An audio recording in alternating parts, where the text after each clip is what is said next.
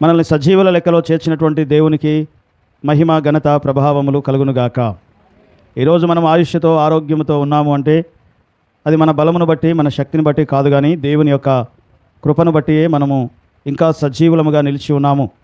ఇంకా దేవుడు మన ఆయుష్ను పొడిగించినాడు. కారణం ఏంటి అంటే ఇంకొంచెము విశ్వాసముతో, ఇంకొంచెము నీతితో, ఇంకొంచెం భక్తితో ఈ భూమి మీద బ్రతకడానికి మరొక అవకాశము, మరొక దినము దేవుడు మనకు అనుగ్రహించినాడు. భూమి మీద మన దినములు చాలా తక్కువ, 60, 70, 80 సంవత్సరాలు. ఈ 80 సంవత్సరాలలో మనము దేవుణ్ణి ప్రేమించి ఆయన కట్టడలు ఆజ్ఞలు అనుసరించి నడుచుకుంటే, ఆయనను దేవుడుగా కలిగి ఉంటే మన జీవితాలు ధన్యమవుతాయి. అంత మాత్రమే కాకుండా క్రీస్తునందు విశ్వాసం ఉంచినటువంటి మనము, మన మాటలు, మన ప్రవర్తన, మన జీవితము దేవునికి ఇష్టంగా ఉండాలని, దేవుడు మన అభివృద్ధి యందు ఆనందిస్తాడని, దేవుడు మన యందు ఆనందించే దేవుడని, దేవుడు ఆనందించే రీతిగా మన జీవితాలు ఉండాలని మనం గతంలో పోయిన వారం దేవుని వాక్యమును మనం చూసాము. సో కాబట్టి దేవుని యొక్క ఆనందము మన జీవితాలలో ఉండునట్లు మనం జీవించాలి. అదే రీతిగా మన యొక్క ఉనికి, మనం ఎక్కడ ఉన్నా, ఏ స్థలంలో ఉన్నా, ఉద్యోగంలో ఉన్నా, ఇంట్లో ఉన్నా, గ్రామంలో ఉన్నా, మనుషుల మధ్యలో ఉన్నా, ఎక్కడ ఉన్నా సరే మన ఉనికి ఇతరులకు సంతోషాన్ని తెప్పించే ఉనికిగా మనం ఉండాలని దేవుని వాక్యం చెప్తూ ఉంటుంది. మనం దేవుని వాక్యంలో మనం చూస్తాము. ఆదికాండము 49వ అధ్యాయము 12వ వచనంలో మన కన్నులు ఎలా ఉండాలి, మన పనులు ఎలా ఉండాలి, మనము ఇతరుల సంతోషానికి ఎలా కారణం అవ్వాలి అనే విషయము ఈ దినము మనము ధ్యానం చేయబోతూ ఉంటున్నాం. అతని కన్నులు ద్రాక్షారసము చేత అతని కన్నులు ద్రాక్షారసము వలె ఎర్రగాను, అతని పండ్లు పాల చేత తెల్లగాను ఉండును. చాలు. ఇక్కడ రాజదండమును పట్టుకొని ఇశ్రాయేలీలను ఏలబోతున్నటువంటి యూదా గురించి చెబుతున్నటువంటి మాట మనం ఇక్కడ చూస్తూ ఉన్నాం. అతని కన్నులు ద్రాక్షారసము వలె ఎర్రగాను, అతని పండ్లు పాల వలె తెల్లగాను ఉండును అన్నమాట. సో కాబట్టి పండ్లు, కళ్ళల్లో మనకేం తెలుస్తుంది? నీ హృదయం లోపల సంతోషం ఉందా, దుఃఖం ఉందా, నువ్వు ఏ రీతిగా ఉన్నావు అనేది నీ కళ్ళల్లో తెలుస్తుంది. సో కాబట్టి మనము యేసు ప్రభు వారి గురించి చూస్తాము. యేసయ్య యొక్క కన్నులట వారిని దయతో చూసినవి అంటాడు. కళ్ళు కోపంతో చూస్తాయి, దయతో కూడా చూస్తాయి. హల్లెలూయా. మనం కోపంతో చూడగలము, దయతో కూడా చూడగలము. కాబట్టి అతని కన్నులు అంటే ఏలే వాని యొక్క కనులు, రాజదండాన్ని పట్టుకున్నటువంటి వాని యొక్క కనులు అట ఎలా ఉండాలంట? దయతో ఉండాలి. దయతో ఉంటే ప్రజలకు మేలు కలుగుతుంది. తర్వాత అతని పళ్ళు పాల వలె తెల్లగా ఉండాలి, కనబడుతూ ఉండాలి అంట. అంటే పనులు కనబడాలంటే ఏం చేయాలి? నవ్వాలి. నవ్వితే పనులు కనబడతాయి. రాజుగారి యొక్క ముఖం ఎలా ఉండాలంట? ఎప్పుడు నవ్వుతూ ఉండాలి. ఆయన కళ్ళు దయతో ఉండాలి. అందుకని దావీదు గురించి లేఖనాల్లో రాయబడినట్టుది మనం చూస్తాము. దావీదు చక్కని నేత్రములు కలిగిన వాడు అంటాడు. దావీదు ఎవరంట? చక్కని నేత్రాలు కలిగిన వాడంట. అసలు చక్కని నేత్రాలు ఏంటి అని ఆలోచన చేస్తే అతని చూపు అంట అనేకులను ఆకర్షిస్తుందంట. ద్రాక్షారసము ఏ రీతిగా అయితే మత్తెక్కిస్తుందో అలాగా దావీదును చూసిన వారందరికీ దావీదు కావాలని కోరుకున్నారంట. దావీదుని దేవుడు చూశాడు. దావీదుని, దావీదు నా హృదయానుసారుడు, ఇతడు ఇశ్రాయేలీయులకు రాజుగా ఉండాలని దేవుడు కోరుకున్నాడు. మొదట ఎవరిని? దావీదుని. సమూయేలు చూశాడు. సమూయేలుకి కూడా ఇష్టం పుట్టింది, దావీదును అభిషేకించాడు. తర్వాత దావీదుని యోనాతాను చూశాడు. యోనాతాను స్నేహితుడిగా చేసుకున్నాడు. దావీదు నా స్నేహితుడు అని చెప్పి ఆయన దావీదును కోరుకున్నాడు. 400 మంది అప్పులలో ఉన్నవారు, బాధల్లో ఉన్నవారు, ఇబ్బందుల్లో ఉన్నవారు దావీదును చూశారు. దావీదు దగ్గరికి వచ్చారు. దావీదు మాకు అధిపతిగా, రాజుగా ఉండాలని దావీదును వారు కోరుకున్నారు. ఆ తర్వాత 2 గోత్రాలు, ఇశ్రాయేలీల 2 గోత్రాల వాళ్ళు వచ్చారు. నీవే మాకు రాజుగా ఉండాలి అని చెప్పి దావీదును రాజుగా వారు కోరుకున్నారు. ఆ తర్వాత 10 గోత్రాల వాళ్ళు వచ్చారు దావీదు దగ్గరికి. దావీదా నీవే మాకు రాజుగా ఉండాలి అని చెప్పి దావీదును రాజుగా వారు ఏం చేశారు? కోరుకున్నారు. కాబట్టి దావీదు అందరినీ తన చూపు చేత, తన మాట చేత, తన నవ్వు చేత అందరినీ ఏం చేశాడంట? ఆకర్షించాడు అన్నమాట. నీ ఉనికి అనేకుల సంతోషానికి కారణం అవ్వాలి. నీ ఉనికి నిన్ను అనేకులు కోరుకోవాలి, ఇష్టపడాలి. అయితే ఎలా ఇష్టపడతారు? ఏం చూసి ఇష్టపడతారు? నువ్వు ఎప్పుడు చిరాకుతో, కోపంతో ఉంటే నిన్ను ఎవరు ఇష్టపడరు. నువ్వు సంతోషంతో, నవ్వుతో, నీ మాట ఉప్పు వేసినట్లుగా ఉంటే నిన్ను అందరూ ఏం చేస్తారంట? కోరుకుంటారు. హల్లెలూయా, హల్లెలూయా. బైబిల్లో ఒక స్త్రీ మనకు కనబడుతుంది. రూతు గ్రంథము 1వ అధ్యాయము 19-20 వచనాలలో రూతు గ్రంథంలో నయోమి అనే ఒక స్త్రీ మనకు కనబడుతూ ఉంటుంది. ఈరోజు మనం ధ్యానం చేస్తున్నటువంటి మాట నవోము అంటే సంతోషము, మాధుర్యము అని అర్థం. హీబ్రూలో నవోము అంటారు. అంటే తెలుగులో ఏంటిదంటే ఇది సంతోషము, మాధుర్యము. సో కాబట్టి మన లైఫ్ మాధుర్యంగా ఉండాలి, సంతోషంగా ఉండాలి. నయోమి అంటే కూడా సంతోషము అనే అర్థం వస్తుంది, మాధుర్యము అనే అర్థం వస్తుంది. ఈమె పేరే సంతోషమ్మ. ఈమె పేరేం పేరు? సంతోషమ్మ. ఎవరి పేరు? నయోమి. నయోమి అంటే సంతోషము, మాధుర్యము అని అర్థం వస్తుంది. అయితే ఆమె జీవితము ఎలా అయిందో మనం ఇక్కడ చూస్తాం. చదవండి 19వ వచనం. అంతేనా? వారు బెత్లెహేమునకు వచ్చినప్పుడు ఆ ఊరి వారందరూ వారి యొద్దకు గుంపు కూడి వచ్చి ఈమె నయోమి కదా అని అనుకొనుచుండగా ఆమె సర్వశక్తుడు నాకు దుఃఖము కలగజేసెను గనుక నన్ను నయోమి అనవద్దు, మారా అనుడి. మారా అంటే చేదు, నయోమి అంటే మధురం. సో కాబట్టి ఈమె మధురము, ఈమె నయోమి అని వాళ్ళు పిలుస్తూ ఉన్నారు. అప్పుడు ఆమంటుంది, నా పేరు నయోమియే, నా పేరు సంతోషమే, మాధుర్యమే, కానీ నా జీవితంలో మాధుర్యము లేదు, సంతోషము లేదు. కాబట్టి నన్ను నయోమి అని పిలవకండి, నన్ను మారా అని పిలవండి. మారా అంటే చేదు. ఆమె జీవితం అంతా చేదుగా ఉన్నట్లుగా మనము చూస్తూ ఉంటున్నాం. వారు యెరూషలేములో, ఇశ్రాయేలు దేశంలో ఉన్నప్పుడు వారు గొప్ప ధనవంతులు. ఆమె భర్త ఎలీమెలెకు. సో ఈ ధనవంతులుగా ఉన్నటువంటి ఈ ఫ్యామిలీ ఎందుకు వేరే ప్రాంతానికి వెళ్ళిపోయారు అంటే ఆ దేశంలో కరువు వచ్చింది. ఈ కరువు కాలంలో ఇశ్రాయేలీలలో ఉన్నటువంటి, యెరూషలేములో ఉన్నటువంటి ఒక సిస్టమ్ ఏంటి అంటే కరువు కాలంలో బీదలకు ధనవంతులు సహాయము చేయాలి, ఉన్నవాడు లేనివానికి పెట్టాలి. కాబట్టి ఈ సిస్టము ఈ నయోమికి నచ్చలేదు. అప్పుడు అదే మోయాబు దేశానికి వెళ్తే, మోయాబు దేశంలో కరువు వచ్చినా కాటకం వచ్చినా ఎవని సంపద వాని దగ్గరనే ఉంటుంది, ఎవడు ఇంకొకరికి పెట్టాల్సిన అవసరము లేదు. అదే ఈ యెరూషలేములో అయితే ఒకవేళ భూమి అమ్మామనుకోండి, 50 సంవత్సరాల తర్వాత భూమి మళ్ళీ ఎవడి దగ్గర మనం కొన్నామో వాడికి వెళ్ళిపోతుంది, హక్కు వాడిది అయిపోతుంది. ఎన్ని సంవత్సరాలకి? 50 సంవత్సరాలకి. జూబ్లీ ఇయర్ అంటారు దాన్ని. ప్రతి 50 సంవత్సరాలకి ఒకవేళ నువ్వు భూమి అమ్ముకుంటే మరలా 50 సంవత్సరాల తర్వాత నీ భూమి నీకు వచ్చేస్తుంది. అలాంటి సిస్టము ఇక్కడ ఈ యెరూషలేములో ఉన్నది. ఎందుకంటే అందరూ సమానంగా ఉండాలి అనేది దేవుని యొక్క చిత్తం. కాబట్టి ధనవంతులు కరువు కాలంలో శ్రమలో ఉన్న వారికి పంచిపెట్టాలి. అయితే ఈ పంచిపెట్టడం అనేది ఈ నయోమికి ఇష్టం లేదు. భర్తతో అన్నదంట, ఏమయ్యా మనం కష్టపడ్డాం, మనం సంపాదించుకున్నాం, మనము కదా చేసింది, ఈ కరువు కాలంలో మనం ఎందుకు ఈ బీదలకు మనం పంచిపెట్టాలి, మనం ఎందుకు వాళ్ళకి ఇవ్వాలి, మనం ఈ ప్రాంతం నుంచి వెళ్ళిపోదాం అని చెప్పి తన భర్తను, 2 కుమారులను తీసుకొని ఆ ప్రాంతం నుంచి మోయాబు ప్రాంతానికి ఈమె వెళ్ళిపోయింది. మోయాబు ప్రాంతంలో ఉన్న సిస్టమ్ ఏంటంటే ఎవరికి పెట్టాల్సిన అవసరం లేదు. ఎన్ని సంవత్సరాలైనా ఒకవేళ మనం భూమి కొంటే అది మనకు స్థిరంగా ఉంటుంది. కాబట్టి ఆమె యెరూషలేమును విడిచి, దేవుని మందిరాన్ని విడిచి, దేవుడు ఉన్నటువంటి స్థలాన్ని విడిచి, దేవుని ప్రజలను విడిచి, దేవుని యొక్క ధర్మశాస్త్రాన్ని, వాక్యాన్ని విడిచి ఆమె మోయాబు అనేటువంటి అన్యదేశానికి ఆమె వెళ్ళిపోయింది. అక్కడికి వెళ్ళిపోయిన తర్వాత అక్కడ తన 2 కుమారులకు పెళ్లిళ్ళు చేసింది. ఆ వివాహాలు చేసిన తర్వాత మరి కొంతకాలానికే ఆ 2 కుమారులు చనిపోయారు. తర్వాత భర్త చనిపోయాడు. ఆ తర్వాత ఆమె ఒంటరి అయ్యింది.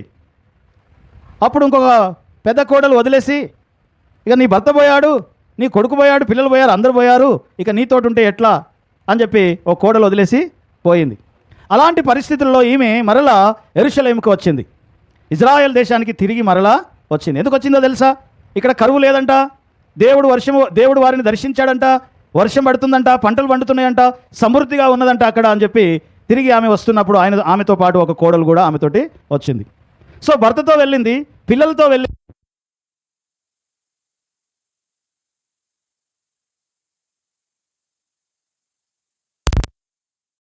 ఆమె ఏమని అంటుంది?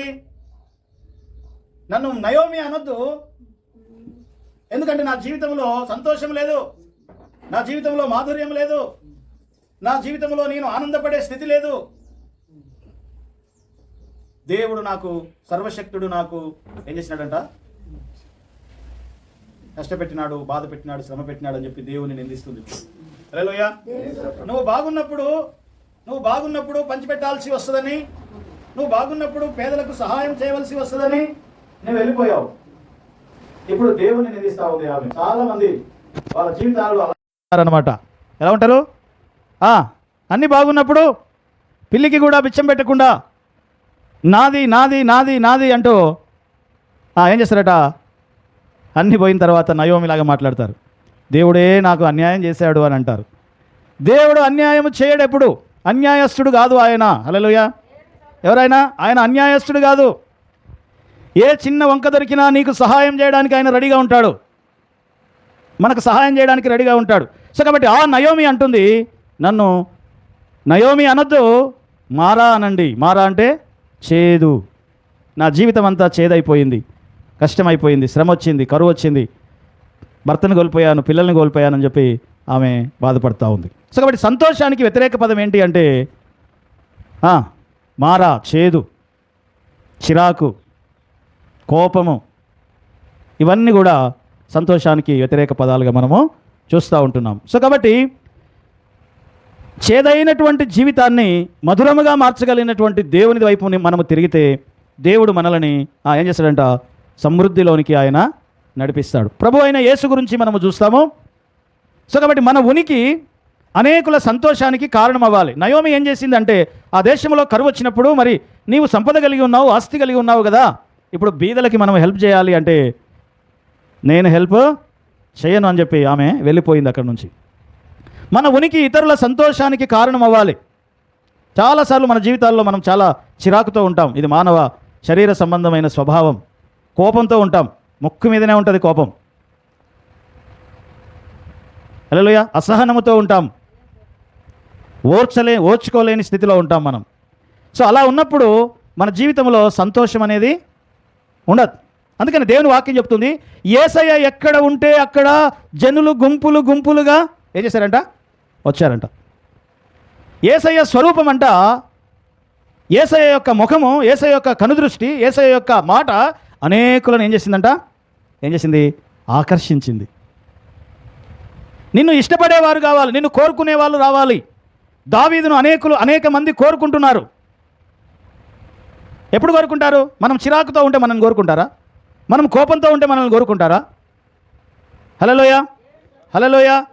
సో కాబట్టి దేవుడు మనల్ని కోరుకునే స్థితిలో మనము ఉండాలి. మనుషులు మనల్ని కోరుకునే స్థితిలో మనం ఉండాలి. అయితే యేసయ్య గురించి ఒక మాట మాట్లాడుతూ పరమగీతాల్లో మనం ఒక మాట చూస్తాము. 4వ అధ్యాయము, పరమగీతాలు 3వ అధ్యాయము 9-10 వచనాల్లో మనం చూస్తాము. ఆయన ధవలవర్ణుడు, రత్నవర్ణుడు, 10,000 మందిలో కోరదగినవాడు అంటాడు. అంటే 10,000 మందిలో ఉంటే కూడా ఆయనను కోరుకుంటారంట. ఎవరిని? సంఘం అంటుంది, వేరే ప్రియుని కన్నా నీ ప్రియుని యొక్క విశేషం ఏంటమ్మా అని చెప్పి అడిగితే అప్పుడు సంఘం అంటుంది, నా ప్రియుడు ధవలవర్ణుడు, నా ప్రియుడు రత్నవర్ణుడు, 10,000 మందిలో ఉన్న అతికాంక్షణీయుడు, అంటే కోరదగినవాడు అంటాడు.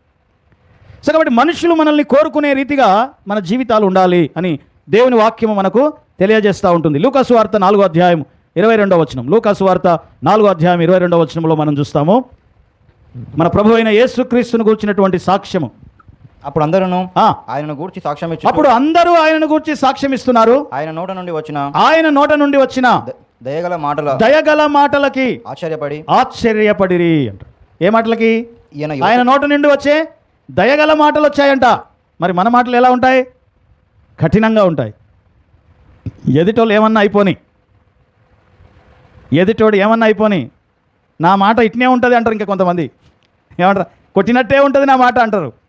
నువ్వు కొట్టినట్టే ఉంటే ఏం లాభం? కొట్టినట్టే ఉంటే నిన్ను ఎవరు కోరుకుంటారు? కొట్టినట్టే ఉంటే నీ నుండి అందరూ ఏమవుతారు? దూరం అవుతారు. అందరిని దూరం చేసుకునే వారంగా మనం ఉండొద్దు, కానీ అందరినీ కోరుకునేవారుగా మనం ఉండాలి. అందరూ మనల్ని ఏం చేయాలంట? కోరుకునేటట్లుగా మనం ఉండాలి. యేసయ్యను అందరూ కోరుకున్నారు. యాజకులు కూడా వచ్చి నమ్మి బాప్తీసం పొంది యేసయ్య దగ్గరికి నేర్చుకున్నారు, ధర్మశాస్త్రాన్ని నేర్చుకున్నారు. జనులు గుంపులుగా వచ్చి ఆయనను కోరుకున్నారు. ఈయన మాటకు మాకు కావాలి, ఈయన చూపు మా మీద పడాలి, ఈయనను మేము ముట్టుకోవాలి. ఏం చేసినారట? యేసయ్యని వారు ఏం చేసినారట? కోరుకున్నారు. కారణం ఏంటి అంటే ఆయన దయగలిగిన మాటలు ఆయన నోటు నుండి వచ్చినవి. ఆయనను గురించి సాక్ష్యం ఇస్తున్నారు వాళ్ళంతా. హల్లెలూయా. మరొక లేఖన భాగం చూద్దాము. మొదటి సమూయేలు గ్రంథం 25వ అధ్యాయము 3వ వచనం. మొదటి సమూయేలు గ్రంథం 25వ అధ్యాయం 3వ వచనం.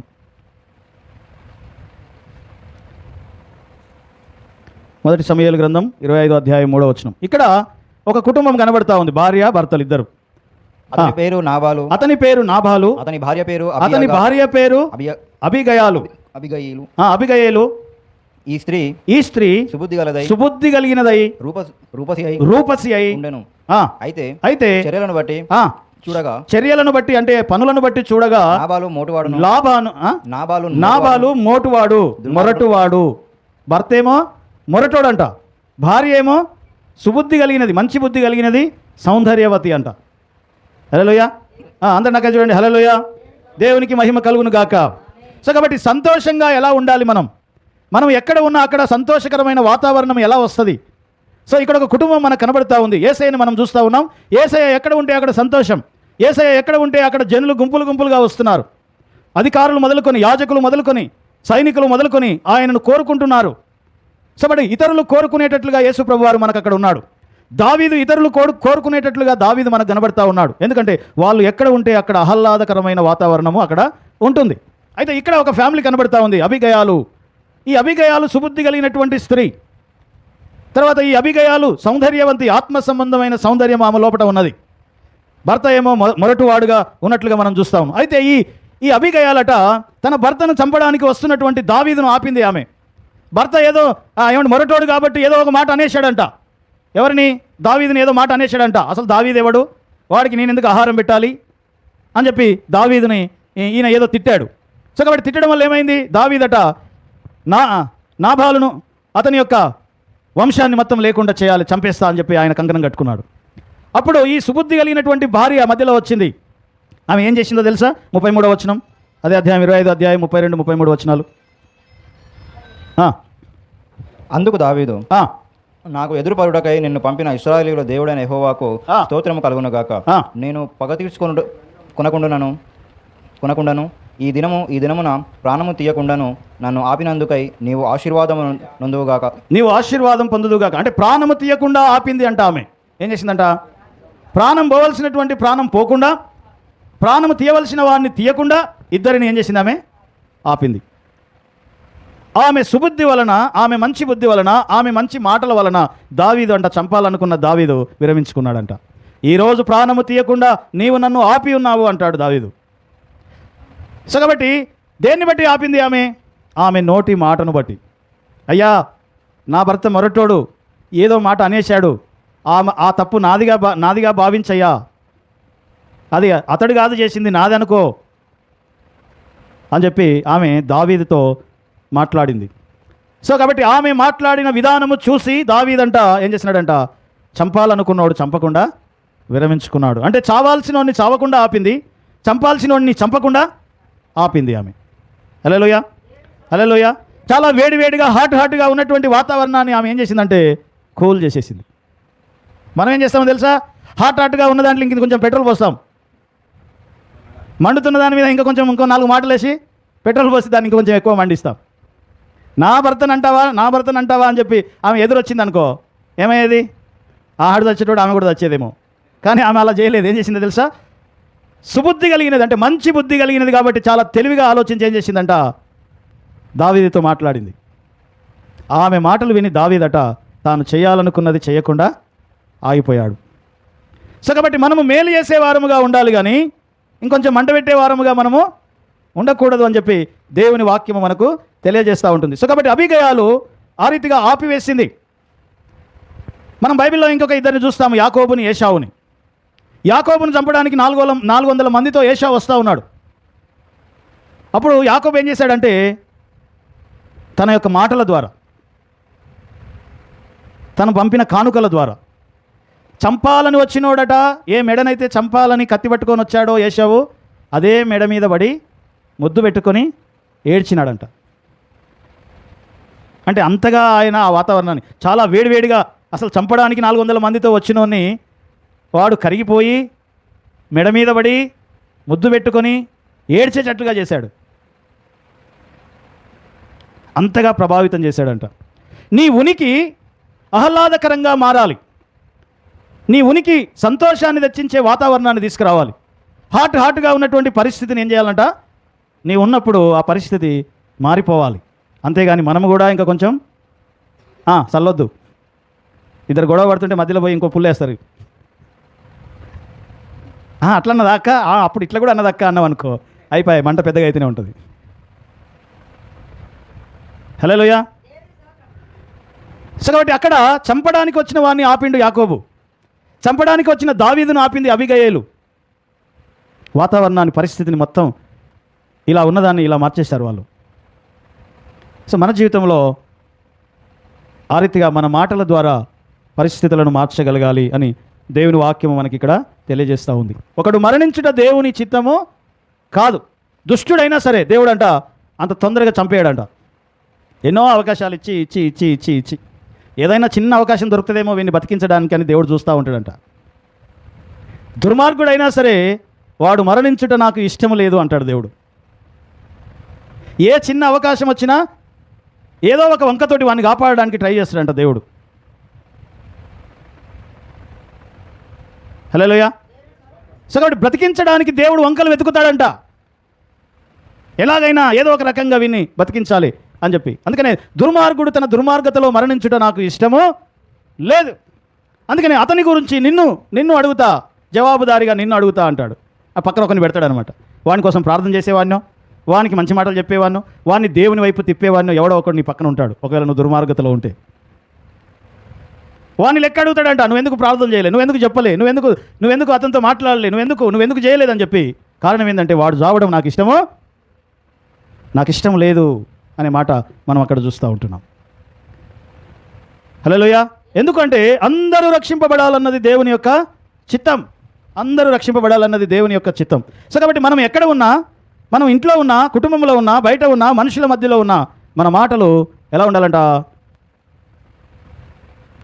ఆ వాతావరణం ఆహ్లాదకరంగా మారిపోయేటట్లుగా ఉండాలి. హల్లెలూయా. మరొక లేఖన భాగం చదువుదాం. బైబిల్లో అపోస్తల కార్యం 4:36 మరొక వ్యక్తి కనబడుతూ ఉన్నాడు. ఒకటి మనం దావీదును చూసాము. దావీదును ఇశ్రాయేలు అందరూ కోరుకున్నారు. యేసు ప్రభు వారిని చూసాము. ఇశ్రాయేలు అందరూ అప్పుడున్నటువంటి జనమంతా ఆయనను కోరుకున్నారు. ఎందుకంటే వారు ఎక్కడ ఉంటే అక్కడ సంతోషం, ఆహ్లాదం, మాధుర్యం అక్కడ కనబడుతూ ఉంటుంది కాబట్టి. అబీగయల్ని చూసాము. అబీగయల్ని బట్టి కూడా ఆ దావీదు ఆమెను చూసి తాను చేయాలనుకున్న పని చేయకుండా ఆగిపోయినాడు. ఇక్కడ మరొకరు కనబడుతూ ఉన్నారు. బర్నబా. అపోస్తల కార్యములు 4:36. అపోస్తల కార్యం 4:36. కుప్రాలో పుట్టిన లేవీయుడగు యోసేపు అని ఒకడుండెను. ఇతనికి అపోస్తలుడు హెచ్చరిక పుత్రుడని అర్థమిచ్చు బర్నబా అను పేరు పెట్టెను. ఇతడు భూమి గలవాడై ఉండి దానిని అమ్మి దాన్ని వెల తెచ్చి అపోస్తలుల పాదముల వద్ద పెట్టాను. సో కాబట్టి అపోస్తలుల పాదముల వద్ద పెట్టినాడు ఇతడు ఎవరు అంటే బర్నబా. ఇతడు ప్రోత్సహించేవాడు, హెచ్చరించేవాడు, సహకరించేవాడు, ఎంకరేజ్ చేసేవాడు. బర్నబా ఎవరంట? ఎంకరేజ్ చేసేవాడు, డిస్కరేజ్ చేసేవాడు కాదు. ఎవరైనా ఏదైనా చేస్తుంటే ఇక నువ్వా చేసేది అనగానే అతను నీళ్ళు చల్లినట్టే. అరే నువ్వు కనీసం ఎంకరేజ్ చేయకపోయినా సరే డిస్కరేజ్ మాత్రం నువ్వు చేయొద్దు. ఎవరైనా ఏదైనా చేద్దామనుకుంటే దానికి మన వంతు సహకారము అందించాలి. బర్నబా ఏం చేశాడంట? ఎంకరేజ్ చేసేవాడు, ప్రోత్సహించేవాడు. అపోస్తలుడైన పౌలు రక్షింపబడ్డ తర్వాత దమస్కు మార్గంలో రక్షింపబడి సువార్తను ప్రకటిస్తూ ఉన్నప్పుడు పౌలుకి శిష్యులకు ఎలాంటి సంబంధం లేకుండా ఉంది అప్పుడు. ఎందుకంటే శిష్యులేమో యేసయ్య ద్వారా నేర్చుకొని వచ్చినటువంటి వారు ఉన్నారు. అపోస్తలుడైన పౌలేమో దమస్కు మార్గంలో యేసయ్య చనిపోయి తిరిగి లేచిన తర్వాత ఈయన రక్షింపబడ్డాడు. ఈయనకి వాళ్ళకి ఎలాంటి సంబంధము లేదు. అయితే ఈయన రక్షింపబడ్డ తర్వాత ఈయన బోధిస్తున్నాడు, సువార్త చెప్తున్నాడు, అద్భుతాలు జరుగుతున్నాయి, అనేక మంది రక్షింపబడుతున్నారు. అయితే ఈ విషయం బర్నబాకు అర్థమైనప్పుడు బర్నబా వెంటనే పౌలు దగ్గరికి వెళ్ళాడంట. వెళ్ళి నీవు ఇట్లా చేస్తే కాదు, శిష్యులతో కలిసి చేస్తే ఇంకా బాగుంటుంది. సో కాబట్టి నువ్వు ఏం జరిగిందో, నీకు దేవుడు నిన్ను ఎలా దర్శించాడో, దేవుడు ఏ మర్మములు నీకు బయలుపరిచాడో అవన్నీ శిష్యులతో పంచుకోవాలని చెప్పి పౌలుని తీసుకొని వచ్చి, అసలు పౌలుని కలవాలంటేనే వీళ్ళు భయపడుతున్నారు. కారణం ఏంటంటే ఒకప్పుడు కత్తి పట్టుకొని వీళ్ళని చంపడానికి తిరిగినోడు అనమాట ఈయన. అలా తిరిగినోడు దేవుని దర్శనాన్ని పొందుకొని రక్షింపబడి అదే సువార్తను ఇప్పుడు ప్రకటిస్తున్నాడు. కానీ ఇంకా వీళ్ళు ఆయనను చేర్చుకోవడానికి సందేహిస్తూ ఉన్నారు. అలా సందేహిస్తున్న సమయంలో ఈ బర్నబా వచ్చి ఏం చేశాడంటే పౌలుని శిష్యులను కలిపినాడు. సో బర్నబా కలిపేవాడు, విడగొట్టేవాడు కాదు. మనం కలిపేవారముగా ఉండాలి, ప్రోత్సహించేవారముగా ఉండాలి, ఎంకరేజ్ చేసేవారముగా ఉండాలి, బలపరిచేవారముగా ఉండాలి, నీళ్లు చల్లేవారముగా ఉండొద్దు. ఉత్సాహం మీద నీళ్ళు చల్లుతారు అంటారుగా. ఏదో చిన్నదో పెద్దదో ఒక చిన్న ఉత్సాహం ఉంది, దాని మీద ఏం చేస్తారు? టఫీమ్ అని కొన్ని నీళ్ళు చల్లేస్తారు. ఆ చేయాలనుకున్నది కూడా ఇక వాడు చేయడు. నువ్వు ఎంకరేజ్ చేయకపోయినా పర్వాలేదు, కానీ డిస్కరేజ్ మాత్రం నువ్వు చేయకు. కొంతమంది డిస్కరేజ్ చేస్తే ఎంకరేజ్ అవుతారు, కొంతమంది ఏమో డిస్కరేజ్ చేస్తే మొత్తం డౌన్ అయిపోతారు. అర్థమవుతుందా? రెండు రకాలు ఉంటారు మనుషులు. డిస్కరేజ్ చేసామనుకో వానికి రోషం వస్తుంది. రోషం వచ్చి ఏం చేస్తాడు తెలుసా? నన్ను ఇంత మాట అంటాడా, నన్ను ఇలా అంటాడా, నన్ను అలా అంటాడా, చేసి చూపిస్తా చూడు అని చెప్పి వీడు చేస్తాడు. అసలు ఆడ అలా అనకపోతే వీడు చేయడు. ఇదో రకం. వాడు అన్నాడు కాబట్టి పట్టుబట్టి మరీ చేస్తాడు. ఇక కొంతమంది ఉంటారు, ఏదో కొంత చేస్తున్నప్పుడు పుసుకున్న ఎవడన్నా వాడిని ఏదన్నా అన్నాడు అనుకో, ఏ కథం ఇక మొత్తం ఎత్తేసి కూర్చుంటాడు. ఎందుకంటే ఈ డిస్కరేజ్ చేసేది వీనికి నచ్చదు, వీడు భరించలేడు. ఒకడేమో రోషంగా తీసుకొని ఇంకొంచెం పైకి వెళ్తాడు, ఇంకొకడేమో రోషంగా తీసుకోకుండా ఇంకొంచెం డౌన్ వెళ్ళిపోతాడు. కాబట్టి బర్నబా ఏం చేస్తున్నాడంటే ప్రోత్సహిస్తున్నాడు, కలుపుతున్నాడు, ఎంకరేజ్ చేస్తున్నాడు. సో మనం ఎంకరేజ్ చేసే వారముగా ఉండాలి. సో అక్కడ బర్నబా ఎక్కడ ఉంటే అక్కడ వాతావరణం వేరే తీరుగా ఉంటుంది. అబిగయలు ఉంటే అబిగయలు ఉన్న ఏరియా ఒక తీరుగా ఉంటుంది. దావీదు ఉంటే దావీదు ఉన్న ఏరియా వేరే తీరుగా ఉంటుంది. మన ఉనికి ఇతరుల సంతోషానికి కారణము అవ్వాలి. నీ ఉన్న స్థలంలో వాతావరణం ఆహ్లాదంగా మారిపోవాలి. నువ్వు ఉన్న స్థలంలో ఎప్పుడైనా గొడవలు అయినాయా? నీ వలన గొడవలైన సందర్భాలు ఏమైనా ఉన్నాయా? నువ్వు అన్న మాటను బట్టి కొంతమంది నచ్చుకున్న సందర్భాలు ఏమైనా ఉన్నాయా? ఉంటాయి తప్పకుండా. ఎందుకంటే మనం అజ్ఞానంతో, బుద్ధిహీనతతో, తెలిసో తెలియకనో లేకపోతే ఏదో ఒక మాట పుసుకుని అనేస్తాం. దానివల్ల కొంతమంది మనసులు నొచ్చుకుంటాయి, కొంతమంది మనసులు గాయమవుతాయి, కొంతమంది కుటుంబాలు కూలిపోతాయి. హల్లెలూయా, హల్లెలూయా. మన నోరు జారడం వలన ఎన్నో సమస్యలు వస్తాయి అంట. హల్లెలూయా. సో కాబట్టి మనము ఎలా ఉండాలి అంట? ఉప్పు వేసినట్టుగా మన మాటలు ఉండాలి. నీ మాటలు ఎలా ఉండాలి? ఉప్పు వేసినట్టుగా ఉండాలి అని చెప్పి దేవుని వాక్యం చెప్తుంది. నాబాలు అట ఏం చేశాడంట? అసలు ఆడ సమస్య లేదు. దావీదు వచ్చి నాకు నా మనుషులకు కొంచెం ఆహారం పెట్టు, నీ దగ్గర కొంచెం ఉంది కదా, నువ్వు ఇప్పుడు మంచిగా ఈ గొర్రె బొచ్చు కత్తిరించే సీజన్లో ఉన్నావు, కొద్దిగా నీ దగ్గర ఉంది కాబట్టి కొద్దిగా నన్ను చూసుకో, నేను నిన్ను చూసుకుంటా తర్వాత అన్నాడు దావీదు. అంటే దావీదుని ఏమన్నాడు తెలుసా? నాబాలు మొరటోడు కదా, అసలు దావీదేవుడు ఆడికి నేనెందుకు పెట్టాలి.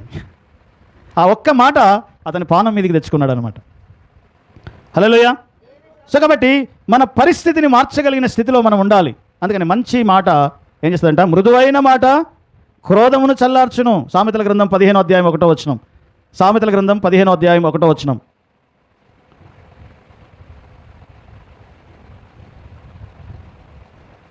మృదువైన మాట క్రోధమును చల్లార్చును. మృదువైన మాట క్రోధమును చల్లార్చును. చదువు. నొప్పించు మాట కోపమును రేపును. నొప్పించే మాట మాట్లాడేవనుకో ఏమవుతుంది?